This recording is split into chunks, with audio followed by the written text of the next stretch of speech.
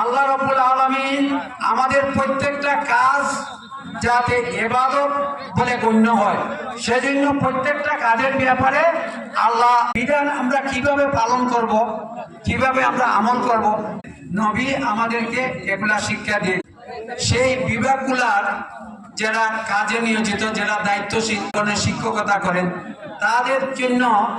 এই ডিপার্টমেন্ট একটা ট্রেনিং এর ব্যবস্থা করে, ঠিক না? ট্রেনিং দিয়ে তাদেরকে তারা যাতে তাদের দায়িত্ব যে যে কাজে নিয়ে আমরা মেনে চলা সম্ভব নয় অর্জন করে, এটা আমাদের মগজে সব সময় রেখে আমরা আমাদের কাজ করব। সম্মানিত উপস্থিতি, রোজা রেখেও তো অনেক ব্যবসায়ী ওজনে কম দিচ্ছে না, কম দিচ্ছে, খাইতে ভেজাল মিশাচ্ছে, চাকরিরা তারা ঘুষ খাচ্ছে, তো তার